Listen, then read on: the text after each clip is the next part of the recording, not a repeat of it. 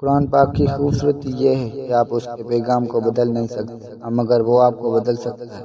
جس کے ہاتھ میں قرآن ہو، زبان پر اللہ کا کلام ہو، نہ وہ دل بے سکون ہو سکتا ہے، نہ وہ ہاتھ خالی ہو سکتا ہے۔ میری لاکھ برائیوں کو جانتے ہوئے بھی مجھ سے بے انتہا محبت کرنے والا صرف میرا اللہ ہے۔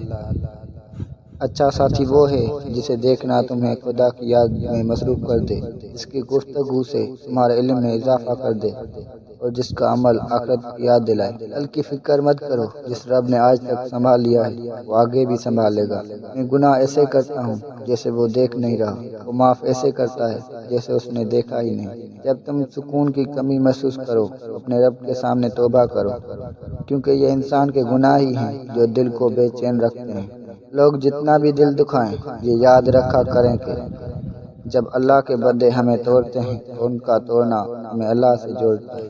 حضرت محمد صلی اللہ علیہ وآلہ وسلم امت کے لیے راتوں میں اتنی دیر تک کھڑے ہو کر عبادت کرتے کہ ان کے دکھنے سوج جاتے، اور آج کی امت اتنا سوتی ہے کہ آنکھیں سوج جاتی ہیں۔